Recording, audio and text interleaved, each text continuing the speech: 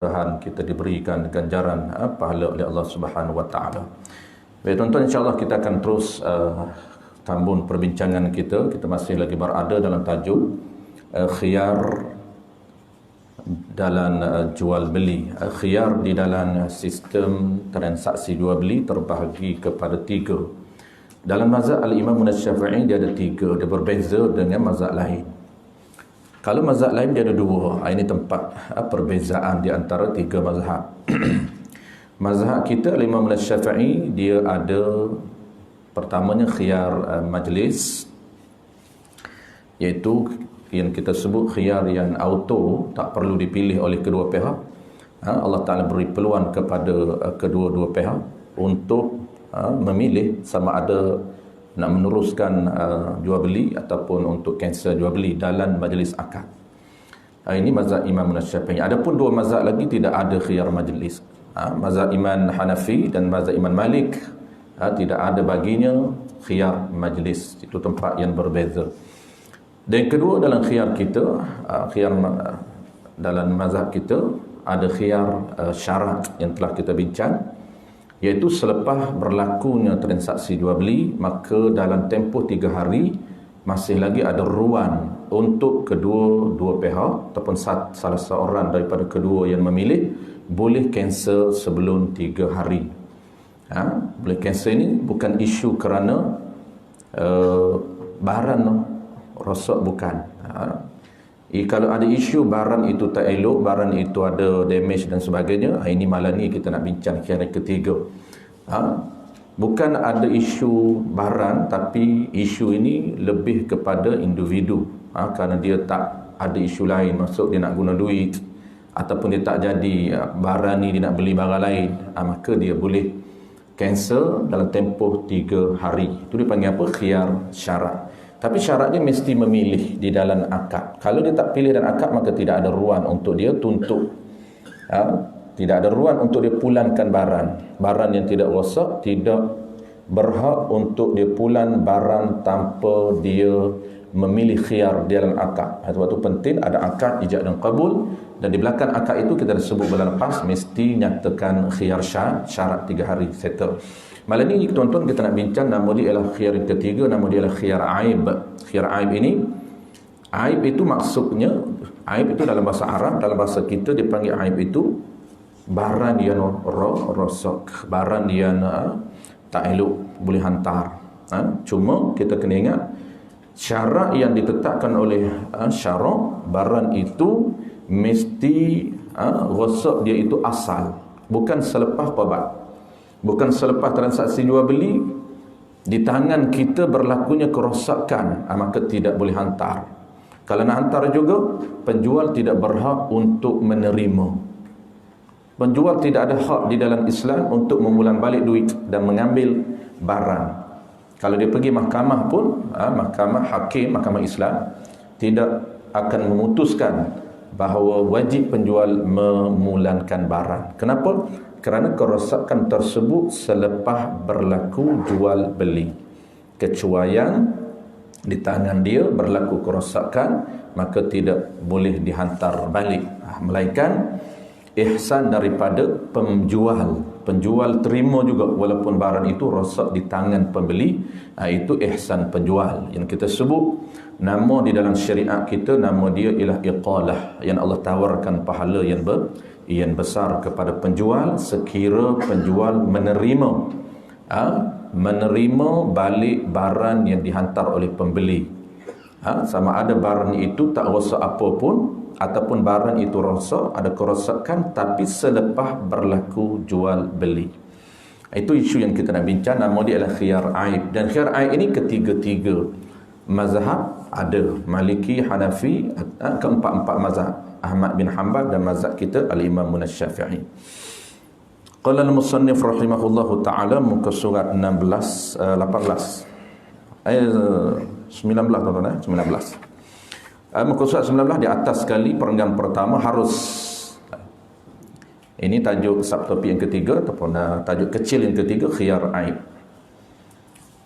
Harus bagi pembeli khiyar, yang memilih sama ada untuk meneruskan jual beli ataupun untuk cancel. Ini status dia. Khiyar ni maknanya dia nak memilih untuk meneruskan jual beli ataupun cancel, boleh. Tapi kalau tak berlaku, tak mendapat syarat daripada satu daripada tiga syarat jual beli ni tuan-tuan, penjual tidak berhak untuk menerima. Itu dia. Penjual tak wajib untuk terima. Dia boleh menggunakan kuasa yang ada pada penjual. Harus bagi pembeli khiyar, yang memilih dengan sebab memilih untuk menghantar balik barang dengan sebab nyata ada aib, yakni kecacatan, kerosakan.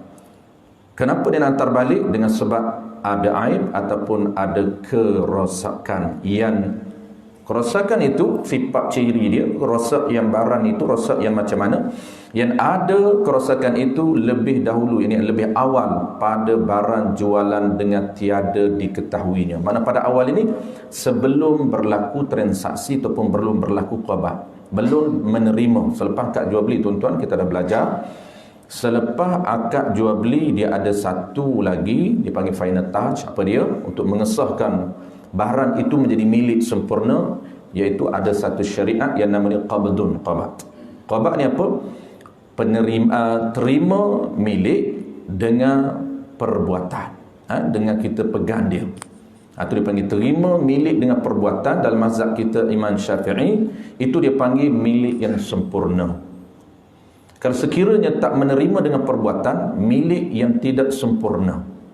Dia ada dua step tu. Step pertama akad jual beli, ijab dan qabul. Step kedua dia mesti disusuli dengan apa dia? Dengan penyerahan milik ataupun penerimaan milik secara perbuatan. Apa makna secara perbuatan? Kita milik dengan pegang dia. Kalau barang kita beli, kita pegang barang tu milik kita. Itu baru dia panggil milik yang sempurna. Kalau masih tak pegang, kita letak depan cashier atau barang kita dah bahas dulu, maka tidak dinamakan milik kita milik yang sempurna, masih tidak boleh dijual. Kalaulah barang tersebut kita dah bayar tapi masih berada di depan cashier, kita tak pegang lagi barang kita itu, tiba-tiba kita nak jual kepada kawan kita, sedangkan barang itu masih belum kita terima dengan perbuatan, belum kita qabat, maka tidak sah menurut mazhab Syafi'i. Ini tuan-tuan tempat-tempat yang berbeza mazhab. Sebab tu kadang-kadang orang keliru. Dia kata sah lah jual walaupun tak pegang. Itu pandangan mazhab Maliki. Itu tempat-tempat yang perlu kita fokus tuan-tuan. Kenapa? Kerana kadang-kadang kita apabila sekarang ni lah, kalau dulu memang dia tak banyak masuk mazhab lain. Kalau dulu Nusantara ni tuan-tuan dia solid dengan mazhab Syafi'i, dia tak banyak masuk mazhab-mazhab tiga lagi. Tapi sekarang ni dah banyak masuk mazhab-mazhab tiga. Tak menjadi isu mazhab tiga ni memang mazhab yang sah, melainkan mazhab lain yang menjadi isunya. Mazhab Syiah, mazhab Wahabi, Mu'tazilah, Qadariyah, Jabariyah, itu menjadi isu lah. Tiga mazhab tidak menjadi isu, cuma kita kena faham. Bila berlakunya panggil dia bukan bahasa kita, dia panggil apa nama ni, bahasa akademik dia panggil lambakan mazhab lah. Jadi kenapa? Kerana semua penduduk itu, semua orang-orang yang akademik, orang alim ni, dia dah mula beramal dengan mazhab-mazhab lain. Jadi kita yang orang yang biasa macam kita ni, yang tak fokus ataupun yang tak alim 4 mazhab, maka kita pegang betul-betul mazhab kita. Kalau orang kata ya boleh, bermakna kita faham itu dia faham mazhab lain, cuma dia tak declare ini mazhab Hanafi boleh. Jadi kesimpulan tuan-tuan, saya ulang sekali lagi, ada 2 step untuk nak pastikan pemindahan barang itu menjadi milik kita. Sebab kita tahu tujuan akad jual beli ni, apa tujuan dia tuan-tuan? Tujuan Allah Ta'ala sediakan akad jual beli untuk pemindahan milik. Dia banyak, bukan saja jual beli, cuma kita baru duk belajar tajuk daripada belasan tajuk. Tajuk apa dia? Termasuk tajuk dalam hak, orang panggil hak, bukan hak, termasuk akad pemilikan, hak dia lain. Jadi akad pemilikan ini banyak, satunya ialah jual beli. Jual beli. Mana Allah sediakan jual beli ini sebagai apa? Sebagai satu akad untuk perpindahan milik daripada A nak pindah milik kepada B, mesti melalui saluran dia, ialah salah satunya akad jual beli. Maka nak sah akad pemilikan ini mesti melalui dua cara ataupun dua langkah dalam mazhab kita. Langkah pertama dipanggil ijab dan qabul. Ada ijab dan ada qabul dengan syarat-syarat yang telah kita bincang. Dan yang terakhir, step yang terakhir, nama dia ialah qabdun. Apa dia qabdun? Qabdun ini penyerahan milik dengan perbuatan. Cashier dia tolak serah kepada kita, tolak dengan tangan dia, kemudian kita terima juga dengan tangan. Itu dipanggil qabdun. Dalam bahasa syarak, qabad itu makna dia menerima dengan perbuatan. Baik, settle. Apabila dia mula menerima dengan perbuatan, di situ dia kira, tuan-tuan. Kira apa dia? Kira adanya khiyar. Sebelum qabad masih belum ada khiyar. Jadi mula tempoh khiyar yang Allah tawarkan secara auto. Tak perlu kita pilih. Khiyar dia adalah khiyar syarak yang telah kita bincang. Maknanya apabila dia dah qabah, dia pegang, belum dia berpisah dengan cashier, masih berada di hadapan cashier, maka selama itu dia diberi peluang oleh Allah untuk meneruskan jadi jual beli ataupun dia nak cancel boleh.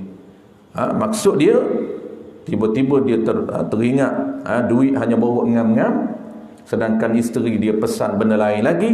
Tengok dalam beg duit dah kering, dah tak ada duit dah. Tapi isteri pesan benda lain, maka dia nak hantar balik. Itu dipanggil cancel, hantar balik. Boleh tak dalam ruang yang syarak bagi? Ya, boleh. Kerana selagi belum berpisah, ada satu syariat, nama dia ialah khiyar majlis. Khiyar pilihan untuk meneruskan atau cancel majlis selagi mereka berdua belum berpisah dalam majlis akad. Maka ruang Allah beri secara auto, makna tak perlu mereka pilih. Kedua-dua ini boleh untuk cancel. Apa makna dia, tuan-tuan? Yang perlu di dua-dua pihak tahu.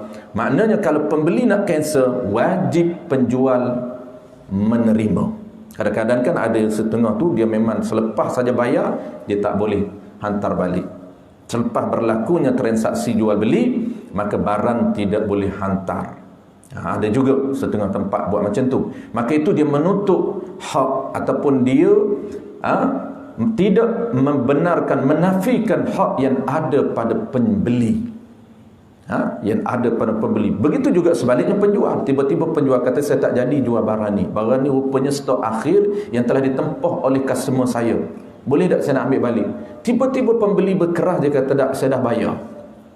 Tak boleh. Pembeli wajib hantar balik. Kerana masih lagi berada dalam majlis. Mereka tak terlepas lagi. Mereka belum berpisah. Ini tempat-tempat yang perlu kita tahu nak mengelak daripada haram. Kalau pembeli berkeras tak nak hantar balik, kata saya pun nak barang ni, memang saya dah cari lama, stop. Gula ke apa tak kisahlah, tuan-tuan. Kalau macam saya biasa memang makan ataupun gula perang, tuan-tuan. Gula perang tu payah stok kadang-kadang. Bukan yang lembut. Yang lembut tu yang buat kek. Yang kasar tu. Berebut kadang-kadang. Kita duduk pedalaman tu, tuan-tuan duduk di bandar ni banyaklah pergi, sekiri kanan ada. Saya kalau setengah tempat tu, kalau ampan tu, tuan-tuan, habis stok kat lain, saya pergi dekat kedai Azin, iklan Azin, doktor. Jadi memang banyak Azin. Dia gula tu bagus, tuan, untuk kesihatan, bagus daripada gula putih kan. Baik. Kadang-kadang berebut berlaku isu, tuan-tuan. Dia ambil, dia kata, saya dah cari seminggu saya nak gula perang. Lalu penjual kata itu stok, orang dah tempah, dia tak nak bagi. Apa berlaku isu kalau dia tak nak bagi, tuan-tuan? Mereka belum berpisah. Sedangkan penjual memilih untuk cancel. Mana dia minta balik tu cancel lah. Apa status pembeli? Status pembeli wajib. Bukan sunnah, bukan harus. Wajib dia kena hantar balik. Kenapa? Kerana dalam masa ataupun dalam majlis akad, Allah berikan kedua-dua belah pihak kuasa memilih untuk cancel atau teruskan. Salah seorang pilih cancel, mesti kita hantar balik. Penjual pilih, pembeli kena terima. Pembeli pilih cancel, penjual kena redha. Kenapa? Kerana ini kuasa yang diberi oleh Allah Ta'ala. Kalau tidak, haram.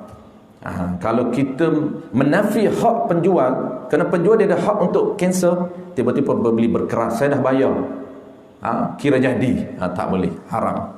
Nak berkerah juga tak apalah, nak cerita haram saja, dia buka pintu balik je lah, dia tak peduli apa, aku dah bayar. Minta ke tak minta, seminggu dah aku duk tunggu. Jadi haram je lah, tu je. Jangan kata je haram ni. Dia kata apa tu? Apa kisah ustaz haram je? Jangan, makruh je pun tak boleh. Apa tak haram nak buat je? Makruh pun tak boleh buat je. Apa tak haram? Lagi tak boleh buat je. Ada orang kita biasa buat dia tu, tuan-tuan. Allah ustaz, dosa kecil. Apa susah ustaz? Susah dia kata. Dosa kecil je. Kita ambil wuduk hilang lah ustaz. Mudah dia. Ambil wuduk hilang. Pandai dia. Memanglah dia tahu. Setiap kita berjalan ke tempat majlis ilmu, gugur dosa kecil tuan-tuan. Tuan-tuan datang ke tempat majlis ilmu, hebatnya, tingginya majlis ilmu ini sehingga Allah menggugurkan dosa-dosa kecil kita setiap langkah. Satu. Yang kedua, setiap langkah tuan-tuan, bumi mendoakan supaya istighfar, gugur dosa-dosa yang ada pada kita. Bumi istighfar. Ini ada dalam hadis ta'lin muta'allin fi tariqat ta'allum. Dan di kitab yang kedua makanatul ilmi wal ulama disebut, kalau dia berjalan bawah pokok kayu pula berdoa kepada Allah Ta'ala, ni status orang yang menuntut ilmu syarah. Sebab tu tuan-tuan, kita ni biar jadi ahli. Ahli apa? Ahli menuntut ilmu. Sebab walaupun time kita cuti tak menuntut ilmu, tetap status kita kaki. Hari ni kaki lah, dia tak panggil ahli. Panggil kaki mengaji. Tetap kita akan didoakan oleh pokok-pokok kayu. Dan wal haitan fil jufil ma'i. Apa nama wal haitan fi jufil ma'i? Didoakan oleh seluruh makhluk di laut. Jaitan ni makna fa dia. Jaifan, haitan ni asal makna dia ikan paus.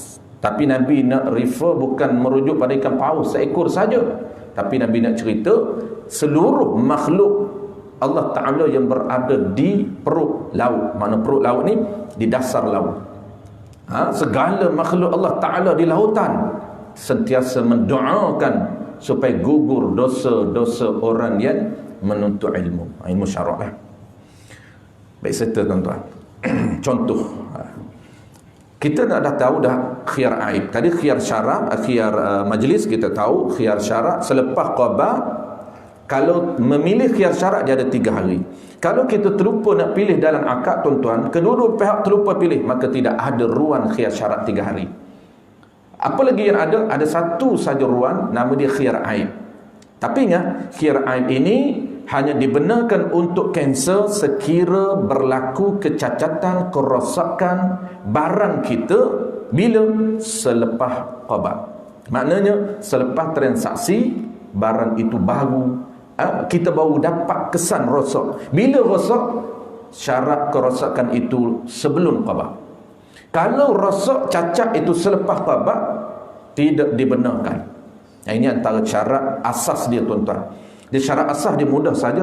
Kalaulah kita nak cancel dengan sebab cacat barang itu, tak elok barang itu, expired date ke sebagainya, contoh tuan-tuan beli roti, boleh cancel balik. Termasuk barang itu rosak sekiranya expired. Tapi ingat, kalau rosak lain bukan expired, rosak lain ini tuan-tuan, dia mesti rosak sebelum, bukan selepas kita akad, bukan berada di tangan kita, bukan. Cuma masa kita akad, kita tak kesan damage dia ataupun rosak dia, kita tak dapat kesan. Kita akad tak perasan. Benda ni dah lama. Dia panggil aib qadim dalam bahasa syarak. Aib qadim ni kecacatan yang lama, yang sebelum akad. Baik, settle. Dia nak bagi contoh. Mana contoh tuan-tuan yang kata cacat lama? Demikian juga penjual harus. Tadi pembeli boleh cancel balik sekiranya berlaku barang itu rosak. Penjual juga harus khiyar jika nyata ada cacat yang ada lebih dahulu. Yang lebih dahulu ni maknanya sebelum qada, sebelum transaksi, sebelum akad. Sebelum cacat itu sebelum berlaku transaksi jual beli. Di mana rosaknya kalau penjual nak kembali balik, nak cancel pada harga yang tiada diketahui. Yang ni pada duit. Kalau harga kita yang sekarang ni duit lah, sebenarnya harga ni bukan merujuk pada duit saja, apa saja harga. Sekarang ni popular kita menggunakan alat tukaran duit. Jarang ada orang tukar barang dengan barang. Sebenarnya jual beli ini merujuk kepada tukar harta dengan harta, barang dengan barang. Tuan-tuan tukar barang dengan barang, itu nama jual beli. Maka harga ini, kalau hari ini alat-alat tukaran, tukaran kita ialah duit. Kalau duit itu ada kecacatan, boleh hantar balik. Cacat itu bukan di tangan penjual, bukan koyok di tangan penjual, tapi dah lama koyok itu, cuma tak perasan oleh kerana banyak bertindih-tindih, dia cepat-cepat kira tak perasan, maka boleh hantar balik. Wajib pembeli menerima. Tak boleh pembeli kata tak, tadi masa saya hantar tadi saya confirm memang tak ada isu. Baik. Contoh tuan-tuan, kita ambil satu contoh saja oleh kerana masa kita pun dah tak lama. Dia ada contoh cacat ni, dia bagi 3 contoh cacat. Kerosakan pada sahaya. Ini contoh saja tuan-tuan. Kita tidak ada sahaya pada hari ini, tapi info saja. Ia cacat pada sahaya, jadi hamba. Sekiranya kita jual beli hamba, lepas akad jual beli, buat balik hamba ni di rumah.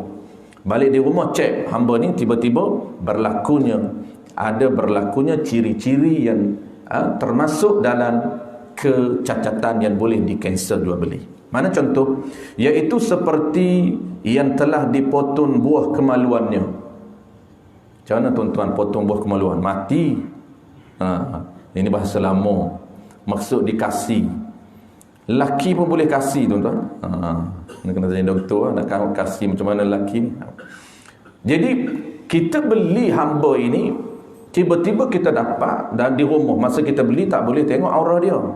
Hamba ni tuan-tuan, jual beli hamba ni orang lah, macam kita lah tu hamba. Kita tuan-tuan fikir macam mana hamba. Oleh kerana hamba ni dah lama tak ada, tak nampak lah.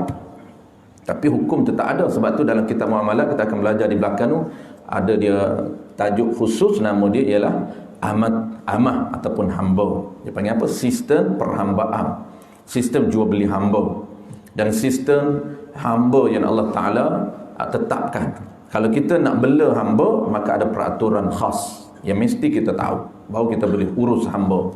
Urus hamba ini mengikut peraturan yang telah ditetapkan.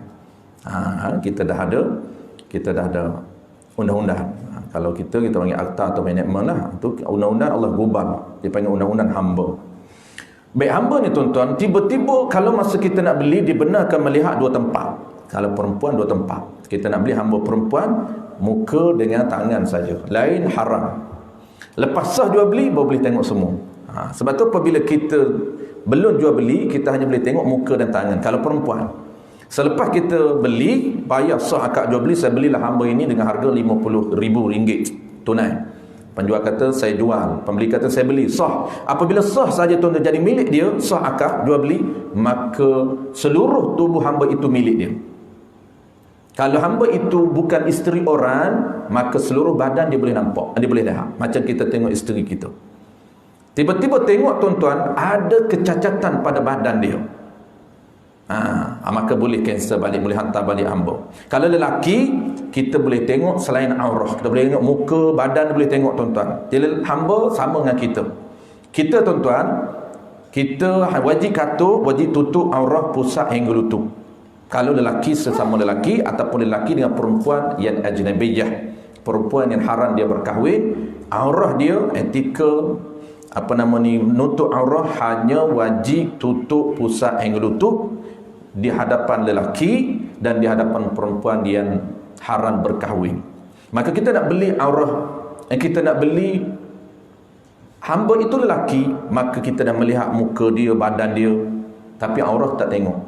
Dapat di rumah, dia beritahu dia ni tuan dia dulu kasih, tak nak bagi dia kahwin.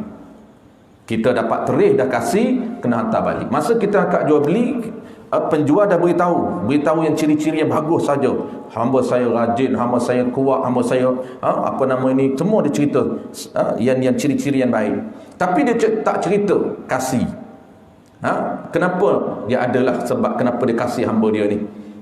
Untuk nak mengelakkan hamba dia kahwin, tak nak bagi fokus kepada kerja, tak perlu fikir nak kahwin. Hamba apa kahwin macam kita juga, dia nak kahwin juga kerana hamba, kerana macam kita juga. Status kita ni tuan-tuan hur, dia panggil status merdeka. Ada satu lagi status dia ialah hamba, amah. Jadi hari ni tidak ada lagi hamba. Zaman tuan guru saya dulu sempat hamba.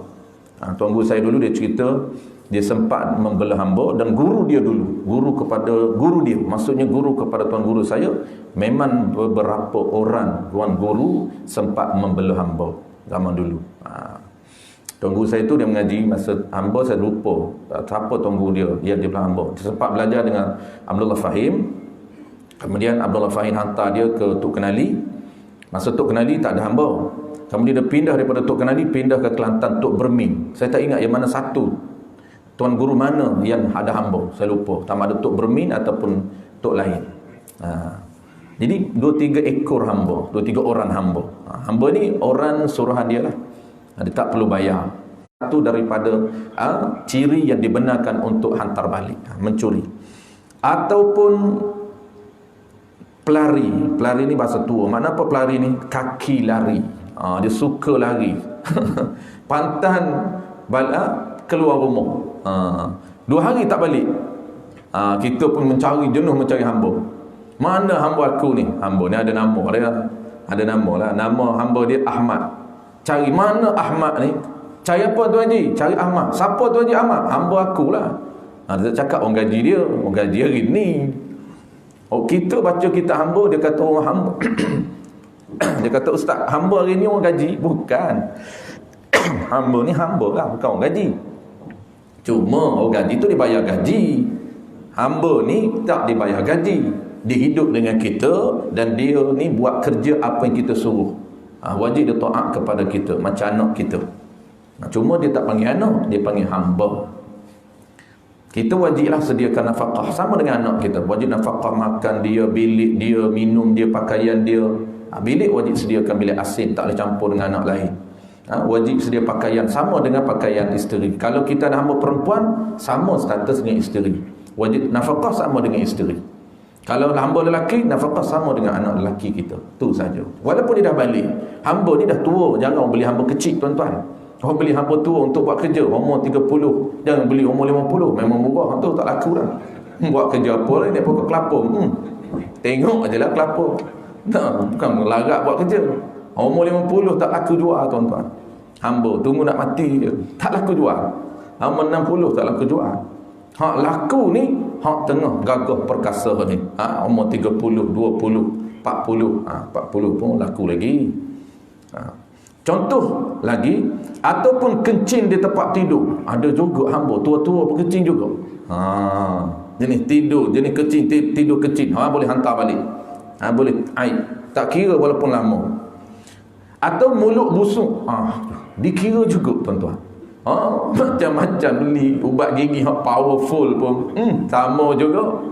Cakap dekat, nak kena bercakap 10 meter jarak dia. Penjarakan sosial. Bukan kerana COVID-19. Tapi kerana bakteria dah. Virus yang ada pada dia, bukan virus COVID-19. Boleh hantar balik. Apa dia kata hamba jenis mulut busuk. Yang ketiga, ataupun ketiak busuk. Ini pun ada tuan-tuan. Ini penyakit tuan-tuan. Tuan-tuan ni biasa tak bertemu dengan isu macam ni jarang. Saya biasa bertemu kes-kes macam ni. Kita baca tepat tuan-tuan, sebab dah kita dah masuk insya. Saya nak sentuh sikit isu. Dan cacat pada binatang seperti menendang. Binatang ni tuan-tuan, lembu kerbau, dia suka tendang orang. Menggigit, kasar berjalan kuda. Kasar berjalan sekira-kira ditakuti jatuh sesiapa yang menunggannya. Ini jenis kuda yang ganas, jenis brutal punya kuda. Memang kuda brutal. Ada kuda yang jenis dilatih tapi tetap perangai dia sama. Ataupun makan sedikit, tak boleh tuan-tuan, boleh hantar balik. Tak nak makan tuan-tuan, kuruh, buat apa, nak kerja tak boleh, boleh hantar balik. Wallahu a'lam. InsyaAllah contoh yang kedua, rumah. Contoh, dia bagi 3 contoh saja.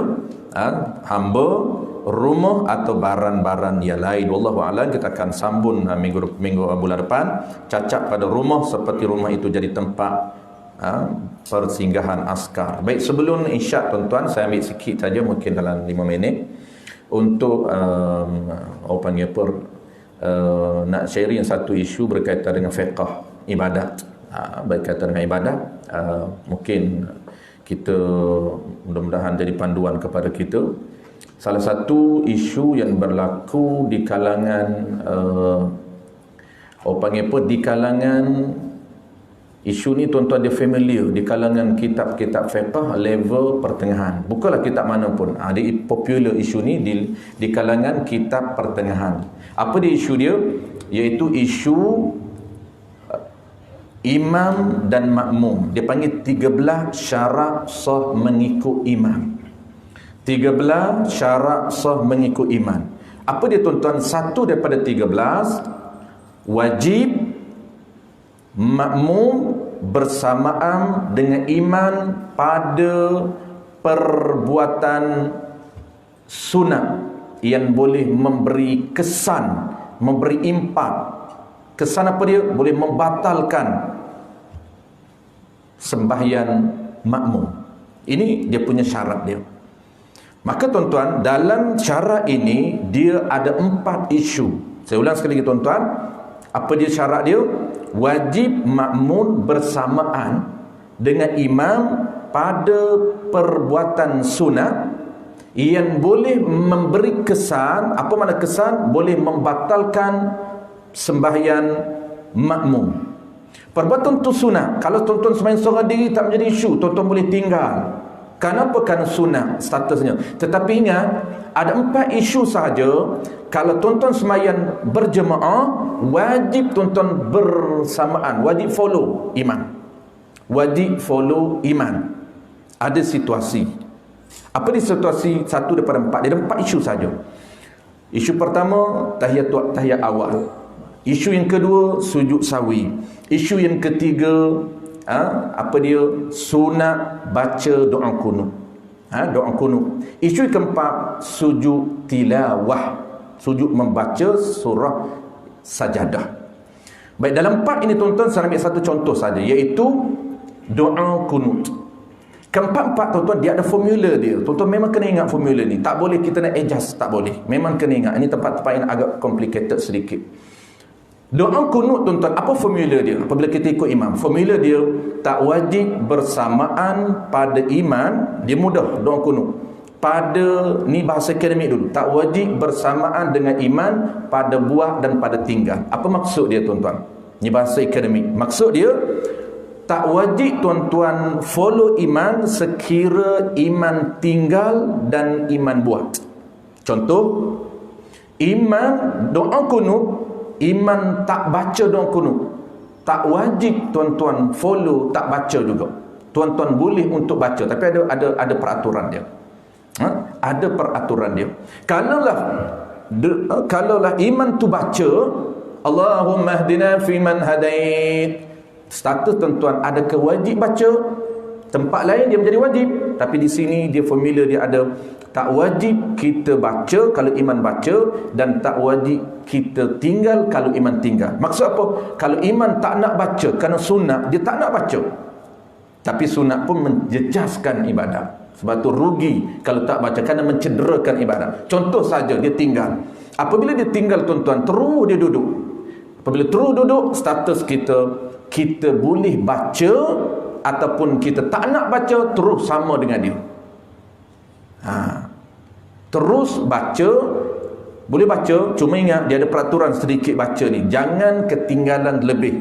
Kalau kita nak baca, kerana kita tak mufarakah dengan dia, kita nak baca, jangan agak panjang, dia tinggalkan kita. Itu lain perbahasan tuan-tuan. Kalaulah dia baca, boleh kita tak nak baca, terus kita rukuk, terus kita sujud, boleh, tak membatalkan. Itu status asal. Status asal. Baik, kalaulah isu terpencil, macam mana terpencil? Sekiranya imam ini dia pada awalnya dia niat untuk terus. Kenapa dia niat terus? Dia niat, aim dia memang dia nak sujud. Aim dia nak turun sujud, bukan nak rokok. Silap. Betul lah kan? Rokok dulu kan? Rokok dulu, betul lah. Rokok, Allahu Akbar, Subhana Rabbiyal Azim wa bihamdihi, Sami Allahu liman hamidah. Ketika tu kan tempat baca doa, dia memang aim nak sujud.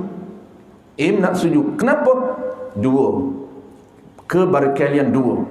Andaian dua. Pertama, dia terlupa. Walaupun dia terlupa tuan-tuan, tapi aim tak dia nak sujud? Ya, dia ingat sujud. Makna dia turun sujud dengan sengaja, dengan ingat. Dia pun turun sujud. Allahu Akbar. Tiba-tiba dia dah aim nak turun sujud tuan-tuan, dia dah turun separuh, tiba-tiba makmum ini tegur. Makmum kata subhanallah. Kita tak nak bincang status makmum tegur tuan-tuan, dia ada hukum tegur imam. Pada wajib apa hukum, pada sunat apa hukum, biar di situ, biar kita nak ambil ringkas masa. Maka apabila didengar makmum tegur, terus dia bangkit. Bangkit apa tuan-tuan? Dia bangkit meninggalkan perbuatan wajib. Ingat, status doa kunut sunat ab'ad. Dan yang dia nak buat ni apa? Status dia nak buat ini wajib. Dia dah masuk separuh wajib. Ini ada formula khas tuan-tuan, jangan bimbang, ada formula kita perlu ingat. Apabila dia dah masuk separuh wajib, maksud dia dah turun separuh, belum sujud lagi, kemudian dia naik balik. Sama ada dia dah sujud atau belum sujud, tapi dia dah meninggalkan tempat sunat itu. Dia dah tinggal tempat sunat. Dia dah turun meninggalkan tempat sunat baca doa kunut, kemudian dia naik balik meninggalkan wajib untuk melakukan sunat. Ini status dia batal imam. Apa kaedah dia tuan-tuan? Mudah saja untuk kita claim.